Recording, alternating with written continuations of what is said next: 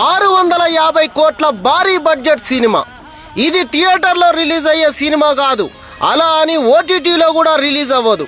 WhatsApp, Twitter, Instagram, ఫేస్బుక్లో release అవుద్ది. ఇంతకీ హీరో ఎవరు అనుకుంటున్నారా? ఇంకెవరు, మన టాపింగ్ స్టార్ టిల్లు. అవును, తన బ్రాండ్ ఇమేజ్ ని పెంచాలని ఒక పిఆర్ ఏజెన్సీతో కేటీఆర్ ఒప్పందం చేసుకున్నాడు. కేటీఆర్ బ్రాండ్ ఇమేజ్ పెంచడానికి ఈ సంస్థకు ఒక ఏడాదికి 650 కోట్ల పేమెంట్ ఇవ్వనున్నట్టు సమాచారం.